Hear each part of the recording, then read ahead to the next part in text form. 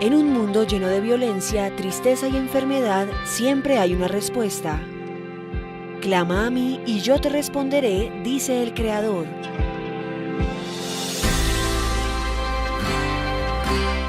El Tabernáculo de la Fe presenta un mensaje de esperanza. Estamos hablando de los atributos morales de Dios. Hemos hablado de la bondad de Dios. Hemos hablado de la misericordia de Dios. En los últimos domingos hemos hablado de la gracia de Dios. Dije que iba a hablar del amor de Dios. Hemos tomado para la gracia de Dios la parábola llamada del hijo pródigo. El domingo anterior hablamos de los 3 hijos que están en la parábola del hijo pródigo. El hijo menor, el hijo mayor, ¿y cuál fue el otro hijo? El que relató la parábola, Jesús. Y de lo que hablamos, hicimos una analogía con el Salmo 1. Y el Salmo 1 decíamos que bienaventurado el varón que no anduvo en camino de pecadores. ¿Ese representaba a quién? Al hijo menor. Bienaventurado el que no estuvo en silla de escarnecedores. Representaba al hijo mayor. Y hablamos del hijo que relató la parábola, que se deleitaba en hacer lo que al Padre le agradaba. Pues hablábamos de gracia, se deleitaba en hacer lo que al Padre le agradaba, y ese sería como árbol plantado junto a corrientes de agua, que da su fruto a su tiempo y su hoja no cae, y todo lo que hace prosperará. Y la pregunta con la cual terminaba era sencilla: ¿a quién quiere parecerse? ¿Al hijo menor? ¿Al hijo mayor? ¿O quiere parecerse al que relató la parábola, a Jesús? Si queremos parecernos al que relató la parábola, debemos vivir para agradar a Dios. Hay una definición de la vida cristiana. Si yo les preguntara, ¿cuál sería la frase que ustedes utilizarían para definir lo que es la vida cristiana? ¿Qué frase utilizarían ustedes? ¿Qué palabras dirían que refleje la vida cristiana? ¿Qué piensan? ¿Cómo? Amar a Dios, amor y obediencia, amor al prójimo. Bueno, la frase que define lo que es un hijo de Dios está escrita en Gálatas 2:20. Y en resumen es: ya no vivo yo, mas vive Cristo en mí. Eso es lo que es la vida cristiana. Si mi vida no tiene ese resumen, entonces no es una vida cristiana. La vida cristiana es aquel que puede decir: ya no vivo yo, mas vive Cristo en mí. Y lo que ahora vivo en la carne, lo vivo en la fe del Hijo de Dios, el cual me amó y se entregó a sí mismo por mí. Ese texto comienza diciendo: con Cristo estoy juntamente crucificado. Eso es la vida cristiana.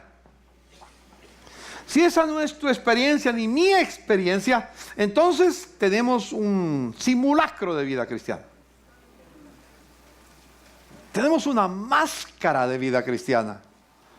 Pero un cristiano es aquel que puede decir: ya no vivo yo, mas vive Cristo en mí. Dígale a su hermano: yo soy ese cristiano. Y dígale a su hermano: ya no vivo yo. Dígale el resto del texto. Vive Cristo en mí. Y lo que ahora vivo en la carne, lo vivo en la fe del Hijo de Dios, el cual me amó y se entregó a sí mismo por mí. Hermanos arriba, dígale a su hermano: ya no vivo yo, vive Cristo en mí. Amén. Eso es la vida cristiana. Podemos hacer muchas cosas buenas, imitar una vida cristiana, Pero la pura, la legítima vida cristiana es vive Cristo en mí. Si Cristo no vive en ti, entonces no hay vida cristiana. Si no puedes decir, ya no vivo yo, mas vive Cristo en mí. Y lo que ahora vivo en la carne, en mi naturaleza humana. ¿Cómo termina? Lo vivo en la fe del Hijo de Dios, el cual me amó y se entregó a sí mismo por mí. Esa es, en esencia, la iglesia que soñamos. Eso es, en esencia, la iglesia que soñamos. ¿Repetimos el texto? Ya no vivo yo, mas vive Cristo en mí. Y lo que ahora vivo en la carne, lo vivo en la fe del Hijo de Dios, el cual me amó y se entregó a sí mismo por mí. Con Cristo estoy juntamente crucificado. Aleluya. Denle un aplauso al Señor. Memoricen ese pasaje, Gálatas 2:20. Es el resumen, la esencia de la vida cristiana. A veces, cuando pasa durante la semana y pasa tiempo, pasan meses, me parece que muchos hermanos vienen a la congregación, a esta u otra iglesia. Alguien utilizó una frase muy difícil, muy complicada ¿cómo dijéramos? En el concepto de lo que algunos creían que pasaba con los hermanos. Dice que muchas veces muchos hermanos vienen por su dosis cada domingo. La dosis. Yo vengo a culto porque necesito mi dosis para la semana. La semana que voy a vivir, no la puedo vivir sin la dosis, por eso vengo a culto. Y cuando no puedo ir a culto, pastor, lo veo por internet. Necesito mi dosis. Hay un chiste que escuché esta semana de dos pollitos que se encontraron. Habían oído a los jóvenes en su entorno, los jóvenes donde ellos vivían, los pollitos estaban, que hablaban de lo magnífico que era la cocaína. Aspirar la cocaína nos cambia la vida, decían. Y los pollitos oyeron eso y se miraron el uno al otro y dicen, ¿y qué será ese cambio? Entonces dicen, ¿por qué no hacemos la prueba? ¿Sí? Consiguieron cocaína y la tenían ahí encima del asiento, de la banquita, la pusieron ahí y entonces un pollito se queda mirando al otro y dice, pero hágalo tú. Y me cuenta cómo se siente. Me cuenta qué cambio hay. Y si sucede algo, pues yo entonces lo hago también. El otro le dijo, era más arriesgado y yo lo hago. Entonces pusieron la cocaína ahí y el pollito llegó y...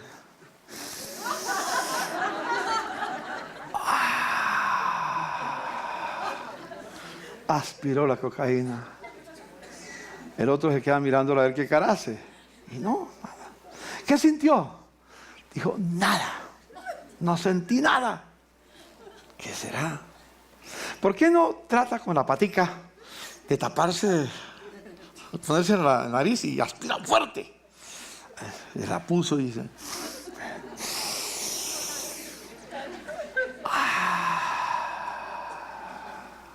El pollito se quedó mirando. Dijo, ¿qué siente? Dijo, nada. Hágale más duro. Entonces otra vez y hace.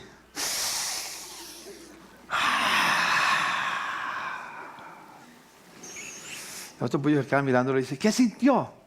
Dijo, no siento ni el pico, ni las patas, ni las alas, no siento nada.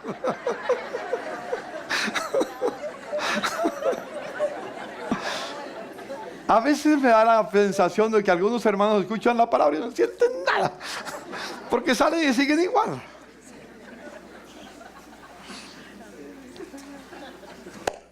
¿Cuántos son como el pollito? Hoy voy a hablar de un tema que es un poco complicado. Es el tema más impopular que puede haber. Y dirá alguien, pastor, luego no voy a hablar del amor de Dios. Sí, voy a hablar del amor de Dios, pero voy a introducir cómo entender el amor de Dios. ¿Cuál será de ahí para atrás, a los de arriba que no estaban en el primer culto de nadie? ¿Cuál será el tema más impopular que tiene la Biblia? ¿El dinero? No, no es no. La gente le fascina, muy popular. ¿Cuál? El perdón. Sí, no, pero se entiende. ¿Ah? El dar, el diezmo. Puede ser, pero no, tampoco es. Mira, para no demorarnos, el tema más impopular que existe es la ira de Dios. Normalmente, los predicadores no hablamos de la ira de Dios. Preferimos hablar del amor de Dios. Preferimos hablar de la bondad de Dios, de la misericordia de Dios, de la compasión de Dios, pero no de la ira. Porque la ira, ¿a quién le gusta oír de la ira? ¿Le gusta hablar de la ira? A nadie. A Magdiel sí. No, tampoco. No, es un tema impopular. Hace años un famoso predicador predicó un sermón que después de que caló en el corazón de los hermanos, produjo un gran avivamiento en Europa. Era Jonathan Edwards. Y predicó el sermón, pecadores en las manos de un Dios airado. Y Dios le dio gracia, era el momento y llegó al corazón. Yo no sé si este es el momento, ojalá que empiece el momento aquí por lo menos. O sea, pecadores en las manos de un Dios airado. Yo les decía, haciendo memoria esta semana, sobre cuántas veces yo he predicado en 50 y casi 5 años sobre la ira de Dios. La verdad, solo una vez. Esta será la segunda. Y esa primera vez fue aquí en este lugar. ¿Quiénes se acuerdan cuando hablé de la ira de Dios? Te se calla. ¿Cuántos se acuerdan de los que cuando yo prediqué de la ira de Dios?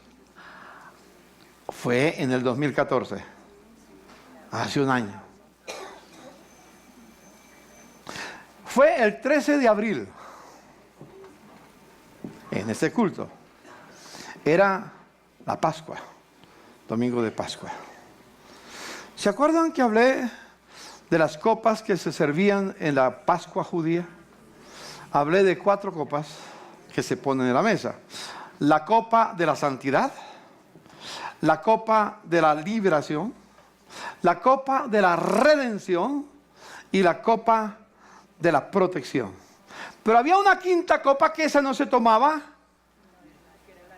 pero que Jesús sí la tomó. Fue a Getsemaní y dijo: Padre, si es posible, pasa de mí esta copa y no se haga mi voluntad, sino la tuya. Y de ahí se levantó Jesús y fue a la cruz en el Calvario y bebió la quinta copa, la copa de la ira de Dios. Y lo ilustré con una copa. Jesús bebió la copa de la ira del Padre hasta la última gota. Y esa copa estaba vacía. Y ya yo no tengo que tomar de esa copa, porque he sido redimido por la sangre de Jesucristo. Lo prediqué hace un año. En abril, 13 de abril. 13 y unos días. Si ustedes quieren encontrarlo, yo no me acordaba dónde estaba eso, le eché cabeza. Y me metí a YouTube. Y ahí están todos los sermones, no sé por cuánto tiempo. Y puse a revisar sermón por sermón en YouTube. Y encontré 13 de abril de 2014, la ira de Dios, la Pascua, el tema. Hoy es la segunda vez que voy a hablar sobre la ira de Dios. No es un tema que a un predicador lo haga famoso. Quizás por eso los predicadores no hablamos sobre eso, porque no nos hace famosos. Tenemos la tendencia de hablar de aquello que le gusta a la gente. ¿Cierto? Todos los predicadores tenemos la tendencia de hablar a lo que le agrada a los que escuchan. Jesús era distinto. Él no buscaba hablar lo que le agradaba al oído de los que lo escuchaban, sino hablar la verdad de Dios. Si me permiten, hermanos, el tiempo ha transcurrido, pero voy a tratar de resumir de la ira de Dios. Es un tema muy amplio. No se puede pensar que uno en pocos minutos lo puede resumir. He dicho también que existen en el mundo, se puede dividir el mundo en dos grupos. Y uso la palabra hombre en sentido genérico, hombre y mujer a la vez. Y es el hombre sin la Biblia y el hombre con la Biblia. ¿Quién es el hombre con la Biblia? ¿Quién es el hombre con la Biblia? Los redimidos por la sangre de Jesucristo. Eso es lo que pudiéramos llamar el hombre con la Biblia. ¿Quién es el hombre sin la Biblia? Los que no son redimidos por la sangre de Jesucristo. El hombre con la Biblia, el hombre sin la Biblia. Entonces, tiene que ver con nosotros. ¿Cuántos de ustedes pertenecen al hombre sin la Biblia? ¿Me comunico lo que quiero decir? ¿Cuántos de ustedes representan o pertenecen al pueblo con la Biblia? Amén. Vamos a volver a la Biblia. Hoy en día se hablan muchas cosas bellas y hermosas, pero no se habla de volver a la Biblia. Y algunos dicen, ¿cómo vamos a volver a la Biblia si es un libro anticuado, viejo? Pero este es el libro por el cual vivimos.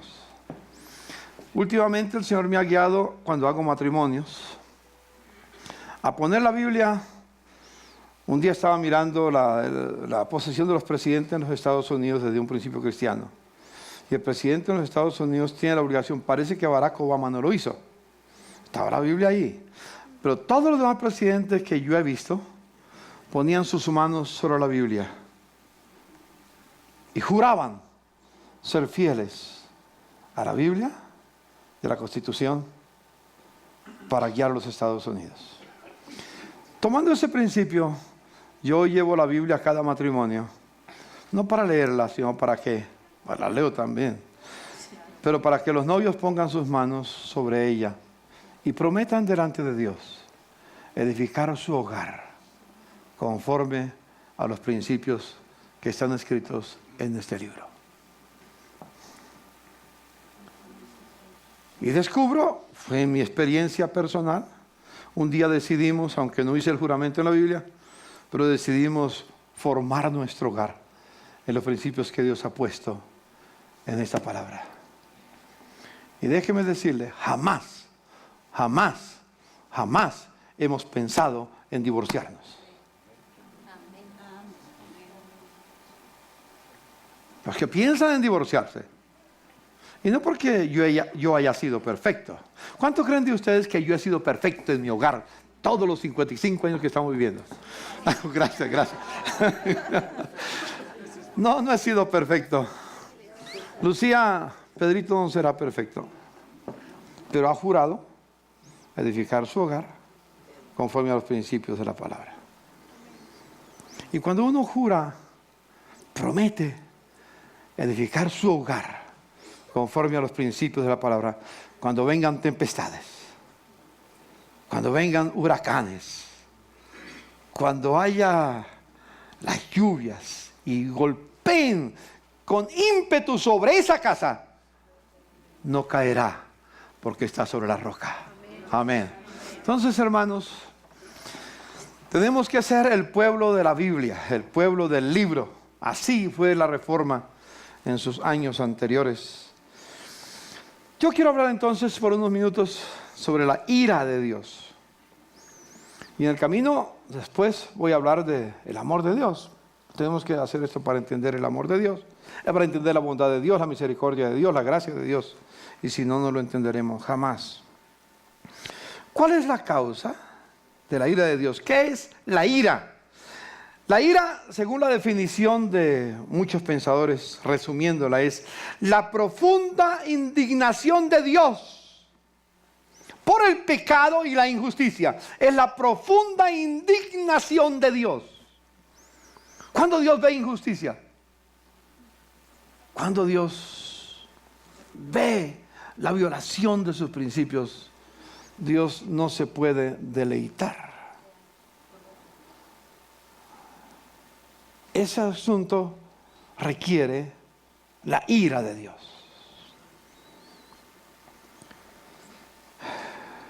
Por ejemplo, vamos a dejar que la Biblia hable esta mañana. ¿Está bien? El primer pasaje que quiero narrarles es Génesis capítulo 6.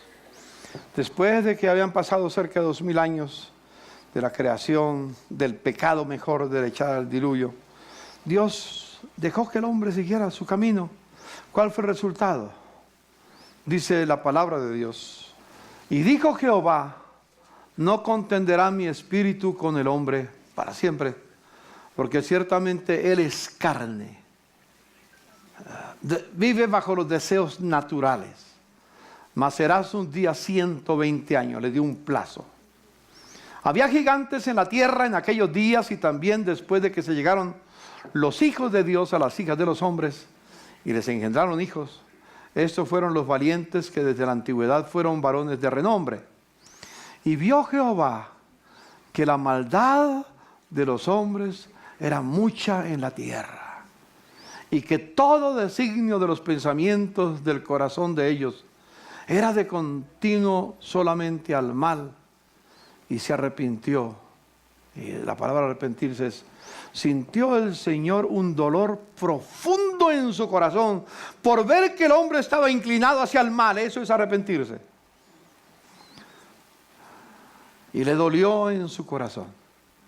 Y dijo Jehová: raeré de sobre la faz de la tierra a los hombres que he creado, desde el hombre hasta la bestia y hasta el reptil y las aves del cielo, pues me arrepiento de haberlos hecho. Pero Noé halló gracia delante de Dios. ¿Qué fue lo que atrajo la ira de Dios? La maldad. La inclinación del corazón del hombre hacia el mal.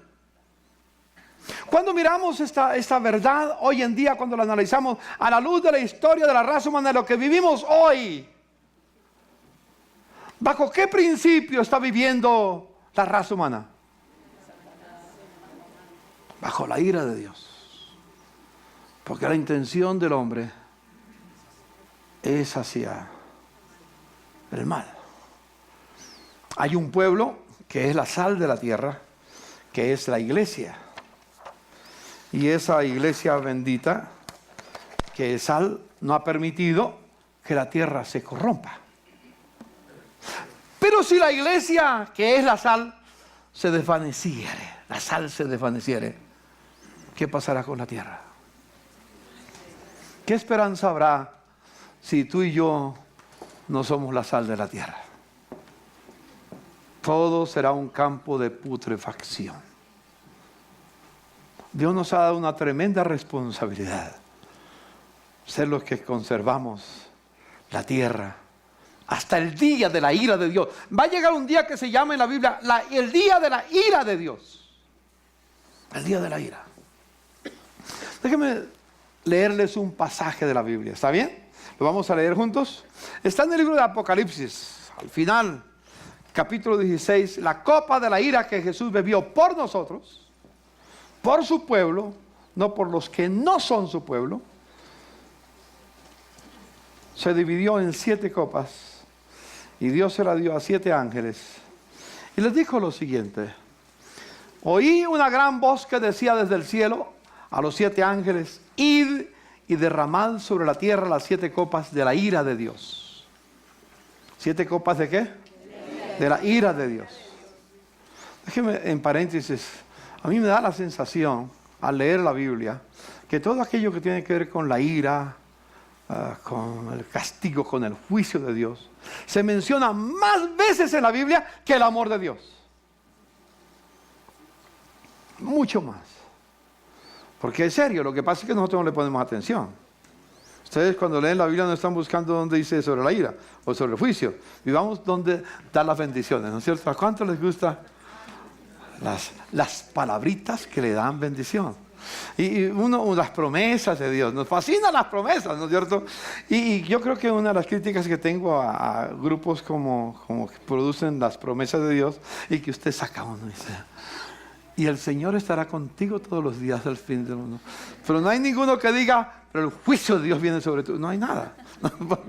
Porque eso no gustaría. Dejaría de venderse palabritas o ovejitas o las otras. O sea, ¿no? Fue el primero y derramó su copa sobre la tierra. Y vino una úlcera maligna y pestilente sobre los hombres que tenían la marca de la bestia y que adoraban su imagen. El segundo ángel derramó su copa sobre el mar. Y ese se convirtió en sangre como de muerto y murió todo ser vivo que había en el mar. El tercer ángel derramó su copa sobre los ríos, sobre las fuentes de las aguas y se convirtieron en sangre.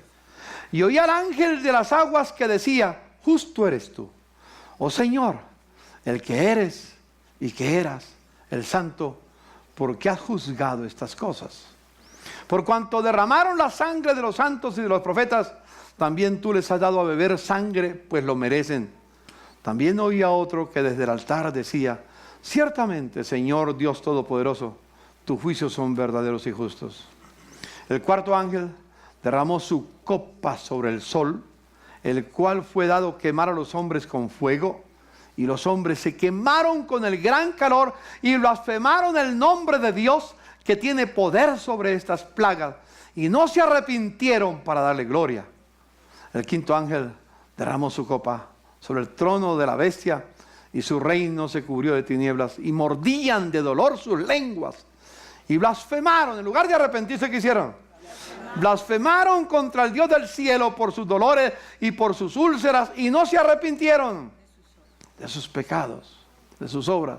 El sexto ángel derramó su copa sobre el gran río Éufrates, y el agua de este se secó para que estuviese preparado el camino a los reyes del oriente. Y vi salir de la boca del dragón y de la boca de la bestia y de la boca del falso profeta 3 espíritus inmundos a manera de ranas, pues son espíritus de demonios que hacen señales y van a los reyes de la tierra, de todo el mundo, para reunirlos a la batalla de aquel gran día del Dios Todopoderoso.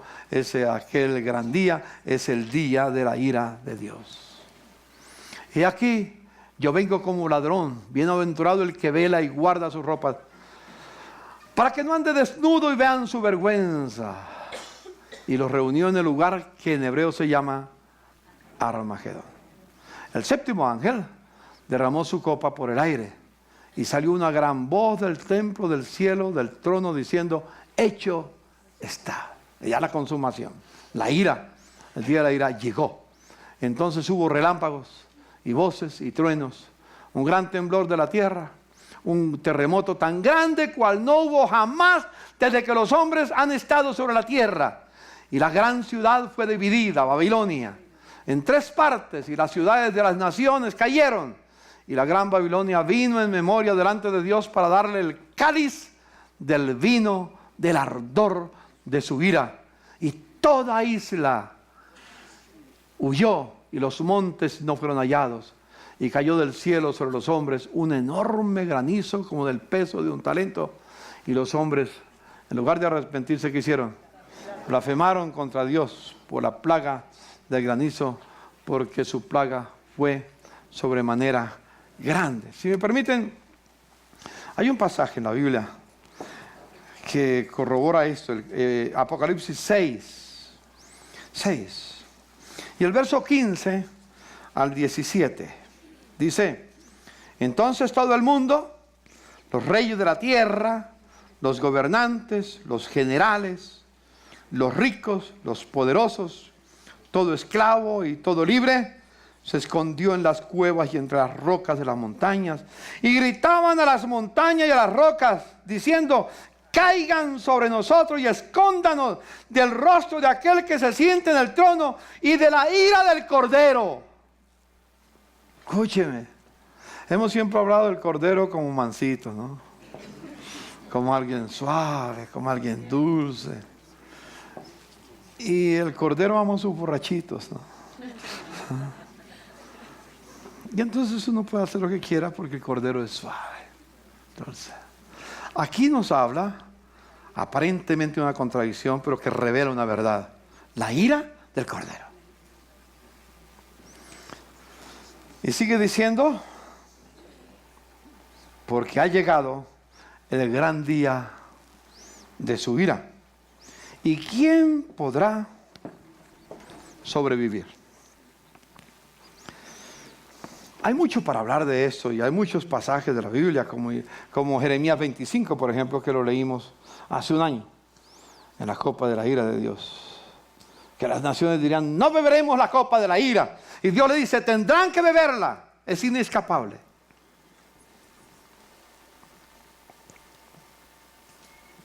Yo puedo hacer un resumen sencillo. La ira de Dios tiene 4 características.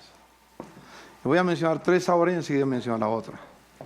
La primera es que la ira de Dios, sus resultados son eternos. Una vez que recibimos la ira, que somos merecedores de la ira de Dios, no hay vuelta atrás. Es eterna.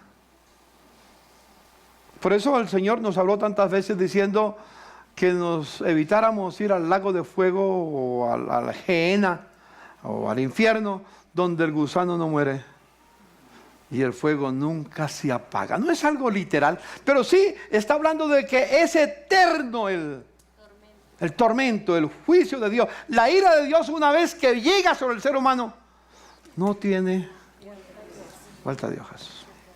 ¿Se acuerdan de la parábola o de la historia, como quieran llamarlo, del rico y Lázaro?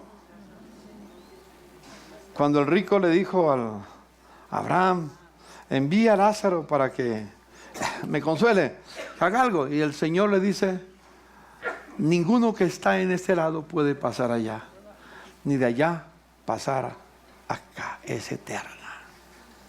En segundo lugar, la ira de Dios es terrible. No hay nada con qué compararlo. Y déjeme decirle, este no es un juego. Dios nos está haciendo una revelación. Dios nos está haciendo una amonestación. Que nadie se llame a engaño en aquel día, decir: yo nunca sabía eso. No hay alternativas. La tercera cosa es que la ira de Dios es justa. Dios nunca expresa algo injusto, contrario a su carácter. 3 cosas: es eterna, es terrible y es justa. Bueno, para ahorrar porque el tiempo se me va, les voy a decir la cuarta. ¿Quieren oír la cuarta? ¿Sí? La cuarta es posible evitarla. Aleluya. Le dice a su hermano: aleluya, descanso. ¿Cuántos descansaron? Descansamos, porque eso de que es eterno y que es terrible y de que es justa, terrible. Pero es posible evitarla. Dígale a su hermano: es posible evitarla. Es posible escaparnos de ella. Ojalá que entren a YouTube y busquen el sermón del 13 de abril de 2014. Y lo escuchen todo, para que se recuerden de lo que hablamos en este lugar. Voy a leer unos pasajes. Sigo dejando que la Biblia sea la que nos habla. Romanos 1 está hablando del hombre sin la Biblia. Y aquí dice: porque la ira de Dios se revela desde el cielo contra toda impiedad. No dice se revelará. Es algo que está en acción. Si algo detiene la ira de Dios, es su amor, su gracia a través de su pueblo. Mira a su hermano y dígale: nosotros somos el instrumento divino para que no se derrame su ira en la tierra. Somos el instrumento divino. Gracias a Dios. Qué responsabilidad que tenemos, ¿no es cierto? Ser cristiano no es simplemente algo para ser feliz. Es más bien, ser cristiano, ya no vivo yo, más vive Cristo en mí, es un espacio para darle oportunidad al que ha rechazado la gracia de Dios, al que ha rechazado el amor de Dios, la bendición de Dios, para que no reciba la ira de Dios. Cuando uno estudia la situación de Colombia, por ejemplo, con todo lo que existe, con todo lo que hay, esta nación merece la ira de Dios. La merece. Y la razón por la cual no ha caído la ira de Dios es porque estamos nosotros aquí, como la sal de la tierra. Aleluya. Dígale a su hermano, qué responsabilidad que tengo de seguir siendo sal en la tierra.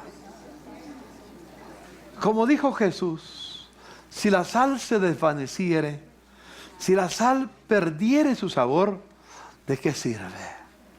Si nosotros como cristianos perdemos la esencia de ser sal, ¿de qué servimos? De nada, de nada. Jesús dijo, yo soy el camino, yo soy la verdad, yo soy la vida. Nadie viene al Padre, nadie evita la ira del Padre, si no es por mí, dijo el Señor Jesucristo. Sigue diciendo el pasaje, porque lo que de Dios se conoce, bueno, sigamos, porque la ira de Dios se revela desde el cielo contra toda impiedad e injusticia de los hombres que detienen con injusticia la verdad. Porque lo que de Dios se conoce les es manifiesto, pues Dios se lo manifestó.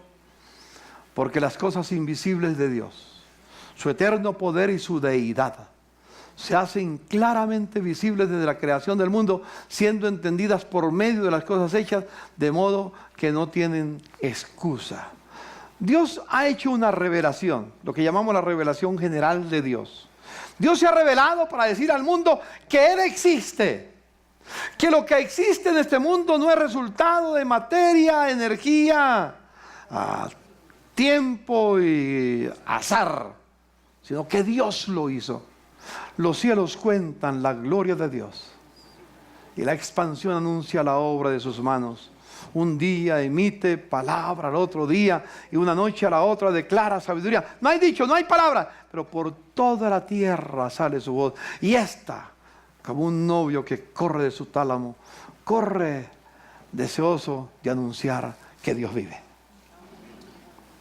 El hombre, por todo lo creado, sabe que existe un creador. Sabe que Dios existe, no puede negarlo. Sin embargo, habiendo conocido esa revelación, dice, habiendo conocido a Dios, no le glorificaron como a Dios, ni le dieron gracias, sino que se envanecieron en sus razonamientos, y su necio corazón fue entenebrecido. Profesando ser sabios, se hicieron necios y cambiaron la gloria del Dios incorruptible en semejanza de imagen de hombre corruptible, de aves, de cuadrúpedos y de reptiles, por lo cual también Dios los entregó a la inmundicia. Subrayen esa palabra, el verso 24. Dios los entregó ¿a qué?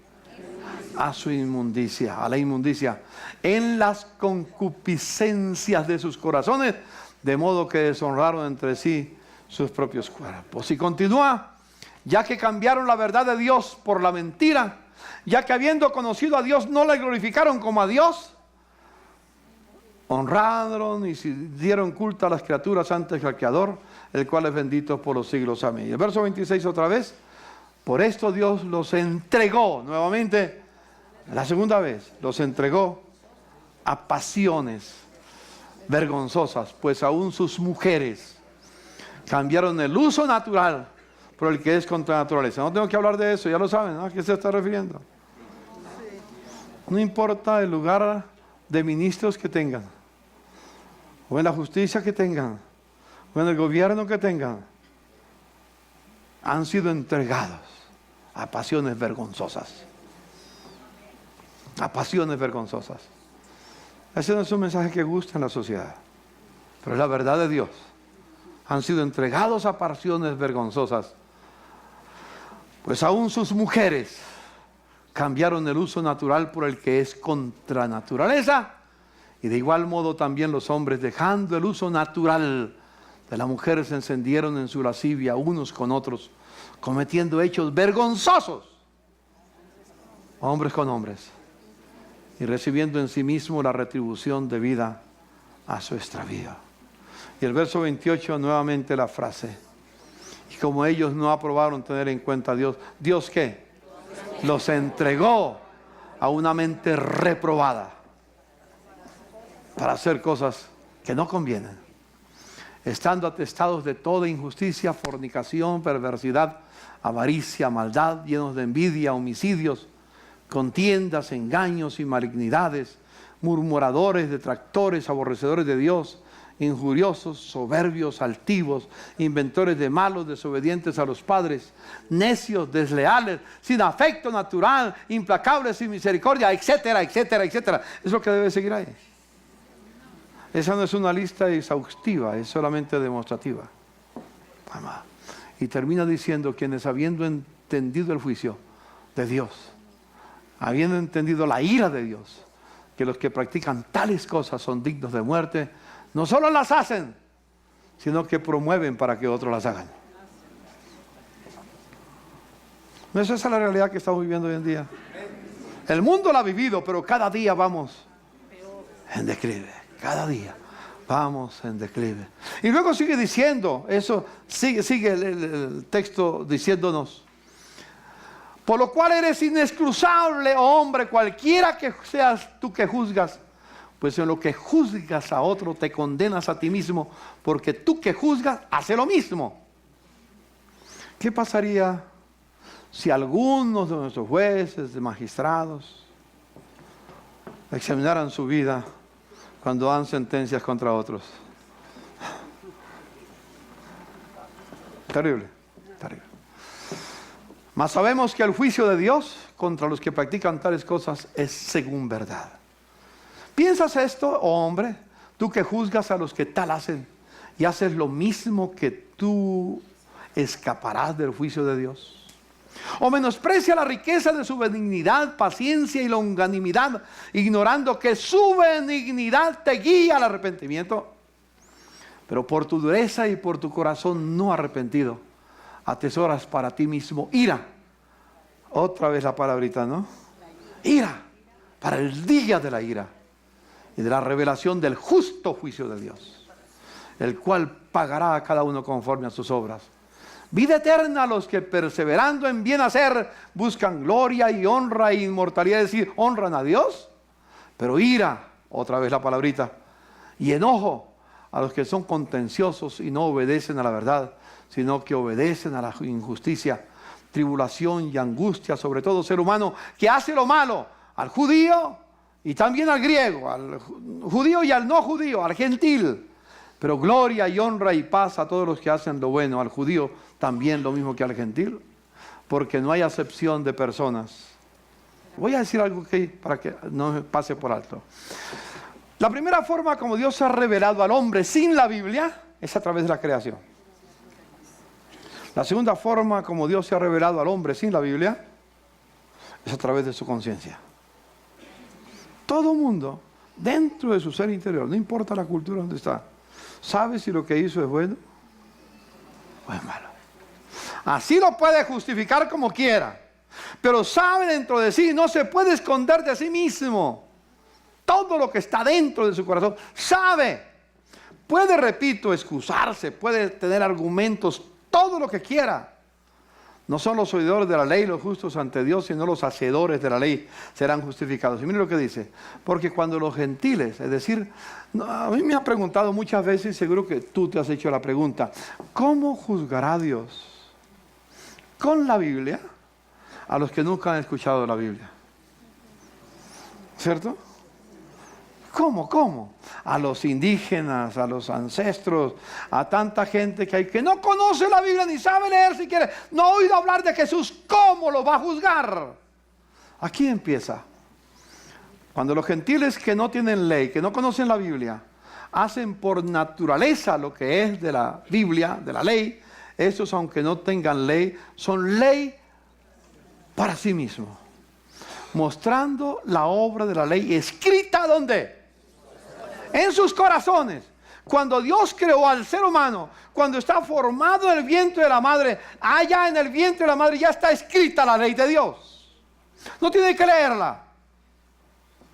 Ya está escrita. Sabe lo que debe hacer y lo que no debe de hacer. Está escrita en sus corazones, dando testimonio su conciencia y acusándoles o defendiéndoles sus razonamientos en el día en que Dios juzgará por Jesucristo los secretos de los hombres conforme al Evangelio. Hay dos maneras que Dios ha revelado a la raza humana en términos generales: a través de la creación y por medio de su conciencia. Inexplicable, inexcusable, inescapable. No importa la tribu, no importa el color de la piel, no importa el estrato donde viva, no importa la nación donde haya nacido, haya crecido, se haya desarrollado, no importa. Esas dos revelaciones son para todos. Sigue diciendo el pasaje más adelante, como está escrito: no hay justo. Léanlo conmigo esta parte, me gusta, leámoslo juntos, a ver. No hay justo, ni aun uno. No hay quien entienda, no hay quien busque a Dios. Todos se desviaron, a una se hicieron inútiles. No hay quien haga lo bueno, no hay ni siquiera uno. Sepulcro abierto es su garganta, con su lengua engañan. Veneno de áspides hay debajo de sus labios. Su boca está llena de maldición y de amargura. Sus pies se apresuran para derramar sangre. Quebranto y desventura hay en sus caminos, y no conocieron camino de paz. No hay temor de Dios delante de sus ojos. Digan conmigo: no hay temor de Dios. Pero sabemos que todo lo que la ley dice, lo dice a los que están bajo la ley, para que toda boca se cierre y todo el mundo quede bajo el juicio de Dios. Ya que por las obras de la ley ningún ser humano será justificado delante de él, porque por medio de la ley es el conocimiento del pecado. La justicia es por medio de la fe. Pero ahora, aparte de la ley, se ha manifestado la justicia de Dios, testificada por la ley y los profetas. La justicia de Dios por medio de la fe en Jesucristo, para todos los que creen en Él, porque no hay diferencia, por cuanto todos pecaron. ¿Qué dice? ¿Cuántos han pecado en la tierra? Todos. El único que vivió sin pecado fue Jesús. Pero los nacidos de mujer, de los seres humanos, todos hemos pecado. Y si hemos pecado, estamos destituidos. Y más adelante dice en Romanos 6, porque la paga del pecado es muerte, mas la dádiva de Dios es vida eterna en Cristo Jesús. ¿Qué piensan de esto, hermanos? Nadie escapa. Quizás decir, hermanos, que el hombre sin la Biblia está bajo la ira de Dios. Y viene el día de la ira. Y tendrá que comparecer ante el tribunal de Cristo. Ante el trono blanco mejor. Para dar cuenta. Los libros se abrirán en aquel día. Y el libro de la vida también se abrirá. Y todos los seres humanos serán juzgados por lo que está escrito en los libros. ¿Sabe qué está escrito en los libros? Todo lo que tú y yo hemos pensado, hemos dicho, hemos hecho. Todo está escrito. Tal vez a ti ya se te olvidó. Pero cuando llegue ese día, los libros se abrirán. Pero déjeme decirle, dije que se puede escapar. Se abrirá otro libro, que es el libro de la vida. Y cuando se abre el libro de la vida, solamente está mi nombre, Héctor Pardo. El prontuario, limpio. Héctor Pardo ha sido lavado por la sangre de Jesucristo. Aleluya. Ha sido lavado por la sangre de Jesucristo. Y tú también puedes decir: yo he sido lavado por la sangre de Jesucristo. Dígalo, hermano. Diga: yo he sido lavado por la sangre de Jesucristo. Por lo tanto, ya no seré juzgado, sino que viviré eternamente con el Señor. hay vida eterna.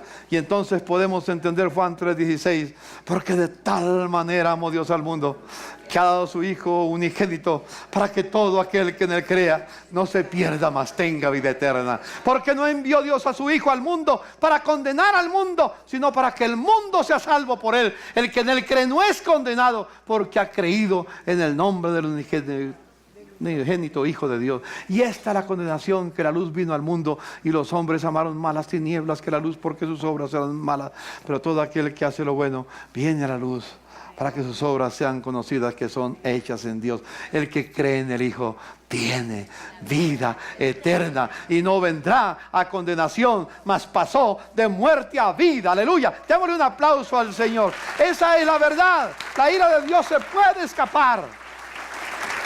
La única forma de escapar de la ira de Dios es a través de Jesucristo, es a través del Calvario. Lo que Jesucristo hizo en la cruz: derramó su sangre, bebió la copa de la ira, la bebió por mí, para que yo no tenga que beberla. Aleluya. Y hoy disfruto de su amor. ¿Quieren inclinar su rostro y decirle al Señor: gracias, gracias, gracias, porque tú bebiste hasta la última gota, para que yo no tenga que beberla?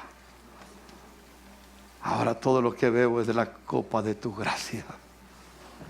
Tu gracia es dulce, tu gracia es bella, tu gracia es hermosa, tu gracia, Señor, es incomparable.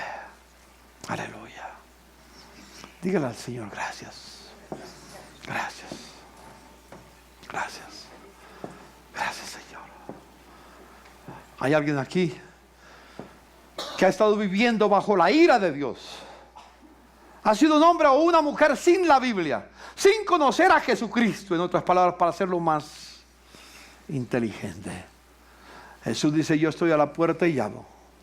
Si alguno oye mi voz y abre la puerta, vendré a él, viviré con él y él conmigo. Una de las hermosas canciones que en el cielo se cantan. Y estos que están vestidos de ropas blancas, ¿quiénes son? ¿De dónde han venido? Y la voz del cielo, que tienen palmas en sus manos y cantan y glorifican a Dios por la salvación, diciendo: la salvación pertenece a nuestro Dios. A Él pertenece la salvación. Esos que están vestidos y cantan esa canción, ¿quiénes son y de dónde han venido? La respuesta: esos han venido de la tierra. Pero tiene una característica: han lavado sus ropas y las han emblanquecido en la sangre del Cordero. Aleluya. ¿No tienes tus ropas emblanquecidas en la sangre del Cordero? Tal vez tú dices: yo soy religioso, pastor, tengo mi propia religión. No, la religión no te salva. Ninguna religión salva. Solo la sangre de Cristo. Inclinen su rostro, así como están. Si hay alguien que no ha entregado su vida a Jesucristo y quiere ser lavado por la sangre de Jesucristo, levante su mano donde está. Yo quiero orar por ti. Yo quiero orar por ti. Si hay alguien en este momento, tal vez la mayoría ya somos redimidos por la sangre de Jesucristo. ¿Hay alguien? Aleluya. Parece que todos ya somos redimidos por la sangre de Jesucristo, hijos de Dios. En el libro de... Voy a terminar con esta amonestación. En el libro de Hebreos, nos dice del verso 26 en adelante, que no hay nadie que tenga por inmunda la sangre de Jesucristo, que pisotee la sangre de Jesucristo, que desprecie el nombre del unigénito Hijo de Dios. No hay nadie que rechace a Jesús que pueda ser declarado inocente. Y termina con una expresión más adelante, Hebreos 10. Dice que habrá algunos que, habiendo conocido a Dios, tampoco le glorificaron como a Dios. Los que tienen la Biblia. Hay algunos que, habiéndolo conocido, no lo han glorificado como a Dios, ni le dan gracias. Y dice la palabra, Hebreos 10 al final: si se retirare, si se apartare, no agradará mi alma. Estos días oí de algún sitio de unos hermanos muy queridos que los amo mucho, pero me preocupa el resultado, como se está hablando de repente la palabra, donde los jóvenes de la iglesia, no sé cuántos, pero muchos de los jóvenes de la iglesia donde van, después de que oyeron hablar sobre la gracia de Dios, entonces una señorita le decía a otra: mija, no hay ningún problema, acuéstate con tu novio, porque ya somos salvos. Ya somos redimidos por la sangre de Cristo. Y una vez que somos salvos, pues no importa lo que hagamos. No, no, no, no, 1000 veces no. Los lavados por la sangre de Jesucristo viven para agradar a Dios. Y dicen: ya no vivo yo, pero vive Cristo en mí. Y lo que ahora vivo en la carne, lo vivo en la fe del Hijo de Dios, el cual me amó y se entregó por mí. Señor, te doy gracias esta mañana. Me permites compartir con mis hermanos un tema impopular: la ira tuya. Pero vez tras vez la Biblia nos dice que la ira tuya se revela desde el cielo contra toda impiedad e injusticia de los hombres que detienen con injusticia la verdad. Señor, nadie escapará aquel día si ha rechazado a Jesús. Solamente hay un camino para regresar al Padre, para evitar la ira, y ese eres tú, Jesucristo. La ira es eterna. Sus resultados son eternos. Es terrible, pero es justa. Pero podemos evitarla. Gracias porque, mis hermanos, a partir de hoy, Señor, el temor tuyo viene a sus corazones. El grande problema es que vivimos en una sociedad en que no hay temor tuyo en el corazón. Y muchas veces en la iglesia el temor también se ha perdido. Pero te pido, Señor, en el nombre tuyo, santo, glorioso, en el nombre de Jesucristo, Espíritu Santo, derrama el temor tuyo en toda esta iglesia, en toda la congregación. El temor tuyo, Señor. No el miedo, el temor, el respeto, la honra que tú mereces, Señor, y que el Evangelio vino a traer a nuestras vidas. Porque alguien me ve a mí, ha de ver no a Héctor, sino a Jesús. Permíteme que con mi vida yo te honre, Señor. Permite que mis hermanos con su vida te honren a ti. Gracias, Jesús. Gracias. Amén. Amén. Amén. Amén. Amén.